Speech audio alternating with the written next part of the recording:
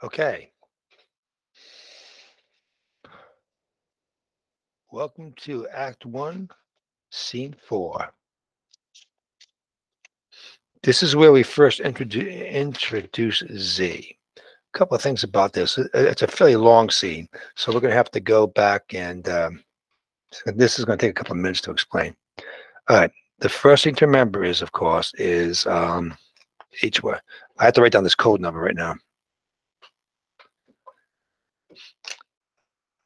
Um, there's a lot going on. We're going to move from Hope's place to the bar, and then like that. So, with no further ado, let's get this set up. Okay, when we last left our heroes, uh, it was hope and anxiety on the stage alone. Hope and anxiety on the stage alone. Okay, so when we leave uh, Act One, Scene Three, Hope's going to make it up here. We need to make sure that uh, we've got the knife in your on the table or under the table, however you're going to do that. Okay, so here we are. The scene opens up. Hope is sitting in a comfortable chair. Want to get those? Want to get you one of those? And she's reading a book. And anxiety is, of course, starting her stuff, constantly wandering around. Trying to undermine Hope's confidence. And what if you made a mistake? Blah blah blah blah blah blah. And then she says, "Let's." What if you didn't call your mother? At that point, Hope dials her mom on the cell phone. Hope you need to get up and move around a little bit here. Exercise your legs a little bit because we don't want this thing to be too static. And if you want, we could have like this. And I need anxiety to be moving like either one step behind or one step before in front of Hope. Anyway, the call to your mother is very important because it helps reinforce the relationship and the tone of voice you had established in the first scene. You talked to your mother about your aunt's dying. Anyway, so that's going to come in important later after you become an addict. You finish that off. He says, "I love you too." You say, "Love you too," and then you go off stage and get a cup of tea, and you come back. Now, anxiety, no, you need to go here and watch her go off stage because it's like really like look like, oh, I hope she's going to be okay. She could die in the kitchen. A pickle jar may land on her head, or whatever it is you're doing. And then you come back here, and then you start questioning her down about whether she turned the burner off. Again,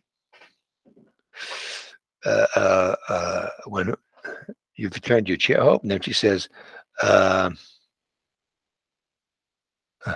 a huge mistake. Then fine, you slam your book down, you go back out here, and then you say, yeah, yeah, yeah, yeah, yeah, it's fine. It's off, it's off, it's always off. Just like you do when you're at home. When I know I do it 100 times, is when I'm trying to figure out whether I've left the stove on or not. Um, uh, then you open up your book again, you start reading, you're going, well, heck with this, I'm going to bed. So you go to bed, and then you go to bed over here.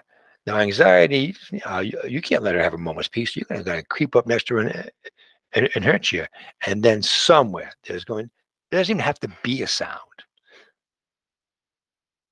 Maybe it's better there isn't a sound. I don't know. But it says, uh, I don't know. Someone drops a book, a cup falls off a thing. Who knows? But there's a thud.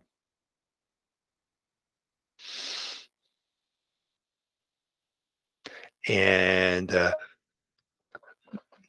there's a hope, and there's a hope. There's the what was that? Someone's in your apartment. Blah blah blah blah. And the stage is still dark because you've turned the lights. You've gone to bed. So you reach over, you fuddle with your um, and anxiety. You can get up here and wander around. Go, oh no, pace back and forth really fast if you want. Oh no, we're all gonna die. And then you reach over to the nightstand. You pull out a knife and you get up and you do your shtick about, oh, I'll defend us. And anxiety says, defend us. You couldn't kill an ant. What are you doing defending us? I'm gonna take the knife from you and kill you with it. And that goes on and on and on. And then anxiety, you really browbeat it with all the lines you have coming up. And then hope is no, no, shut up, shut up. No, no, shut up, shut up. And then eventually, the whole thing, I can't help, I can't breathe, I can't breathe. And then the uh, um, and then when we hear I can't breathe, you'll be gone soon. Then comes our girl addiction.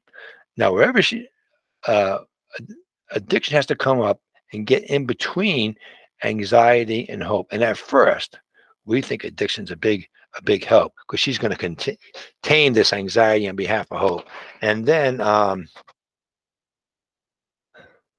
addiction turns to hope, uh, puts her arm around her, hugs her, says, holds her hand, something that says, "Oh, it's gonna, you're gonna be okay. It's fine, fine." Bad old anxiety, bad anxiety. And then she says, "Hey, you know what? There's a bar across the street. Let's go mosey on over there." Okay. Before the scene starts, I forgot to add this: is that we're gonna have to move the bar on the scene, and the server will just be over here, kind of in the dark. Because all the action's going to be happening. You'll be like doing what servers do, cleaning the bar, bringing the drinks out, blah blah blah blah. And Z will also be here, and you guys will quietly chit chat back and forth, like, "Yeah, I'm an addict. Yeah, how's that going for you? Pretty good. How about you? Nah, I like serving addicts. That whole thing." And then hope and addiction come down here, and they do the whole thing. They walk over there, and the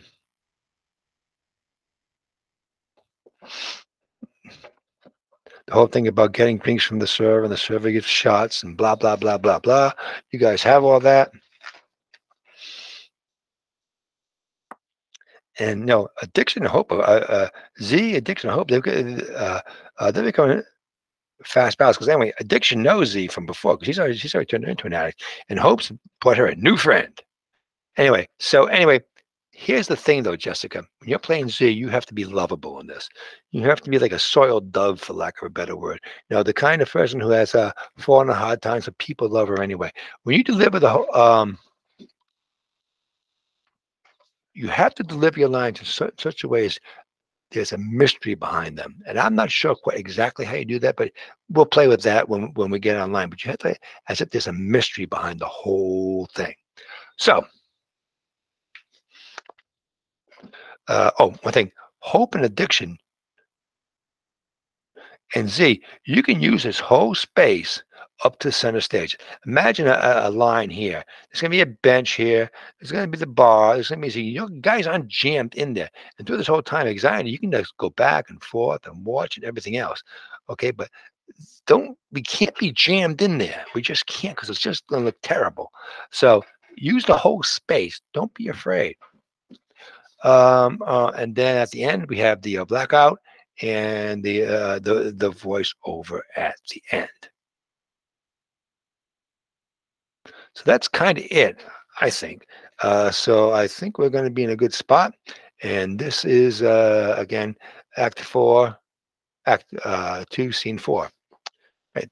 Thank you very much.